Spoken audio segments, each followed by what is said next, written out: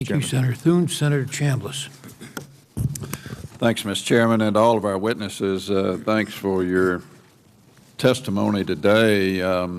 This issue gets more complex the more we learn about it, and certainly all of you help bring forth the type of information that we're going to have to be able to think through this. Dr. Payne, Mr.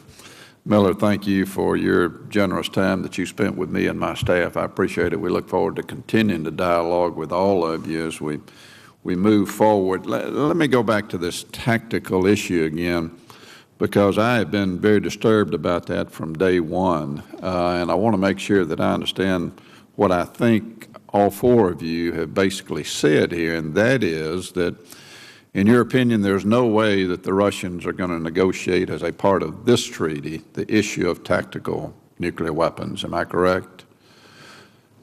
Now, that bothers me to no end.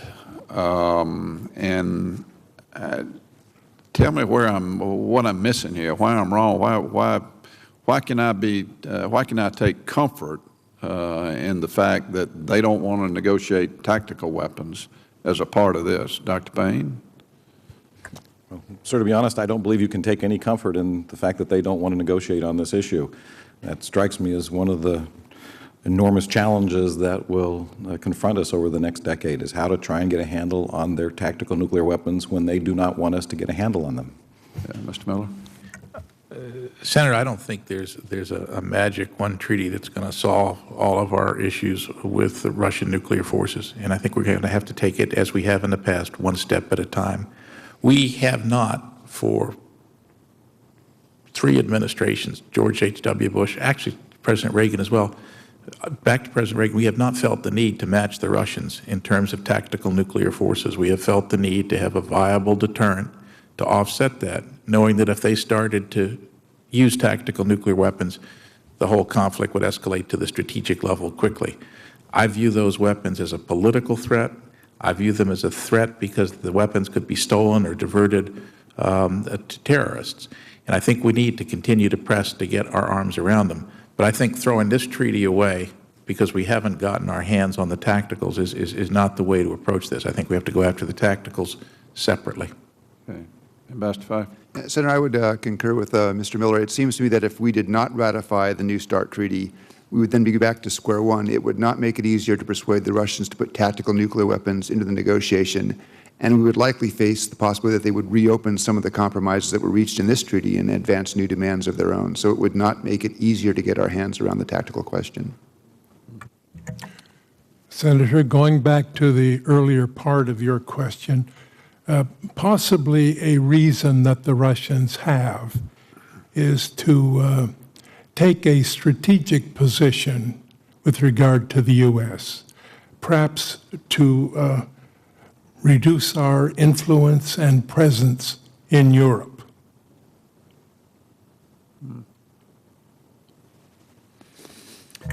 Going back to what Senator Thune was talking about with respect to our nuclear triad and where we've been and how we go forward, looks to me like with the dependence on the B-52 and the service life of that is going to be basically reaching an end in the next 2 or 3 decades, if it lasts that long. Gosh, that airplane is what, 60 years old now or older.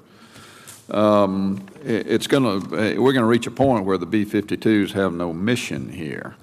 Do you think the 1251 modernization plan adequately addresses this issue of where we go with respect to a bomber? And how important is that with respect to the underlying strategic plan that the United States has been working under for, what, decades now? The 1251 plan, as we've seen it publicly, indicates no commitment to bomber modernization, to a follow-on to the venerable B-52, and at least as importantly, it indicates no commitment to a new air-launched cruise missile that would allow that platform to remain effective. That's one of the problems with the plan that we've seen, that absence. I agree with Dr. Payne. It's very difficult for all of you to fully consider the treaty without understanding the administration's modernization plans. It seems to be that they go hand in hand. I might add, Senator, that that's in the context of the Russians having made a commitment to modernization of the strategic bomber force and to a new air-launched cruise missile. Yeah. Ambassador Pifer and Dr. Foster, Senator Chambliss, could I interrupt you just for 1 minute? Because I think Senator Thune may have to leave, and I just wanted to give him some information on the subject that he was asking. Would you just yield to me for 1 minute on that? We have tried to schedule a time for the department to come up and brief us on force structure. They've asked us, actually, to do that. We've had a briefing from Secretary Gates in June on what their baseline force structure is, but in terms of your request, they are happy to come up, and we're just trying to schedule a time. It may have to be Thursday afternoon, but we'll keep in close touch with you because you're special interest in that subject. Thanks for the interruption. Sure. Ambassador Pifer and Dr. Foster, a major concern for me has been this issue of modernization and in particular the commitment, not just of this administration. Obviously, it's got to be a commitment of Congress to put the dollars in place to make sure that we got the capability to modernize. What are your thoughts on the administration's budget with respect to the next several years and our ability to continue down the road of an adequate modernization plan? And we've already seen that the House has taken several $100 million out of that proposed budget. What would be the impact of not keeping the proposed budget at the level that the administration has set? No, Senator, I think in order, and this is actually regardless of whether we have the New START treaty or not, but for the foreseeable future, it's going to be important to the United States to have a survivable, effective, robust strategic nuclear deterrent. And that's going to require that this administration and successor administrations working very closely with Congress assure that the resources are there to modernize the strategic deterrent. And do you think this administration's proposed budget does that? I think the proposed budget, as it's been described so far, puts us on a start in that direction, but there's going to have to be continuing work between the administration and Congress to make sure that those plans are adequately funded so that we can maintain the strategic deterrent.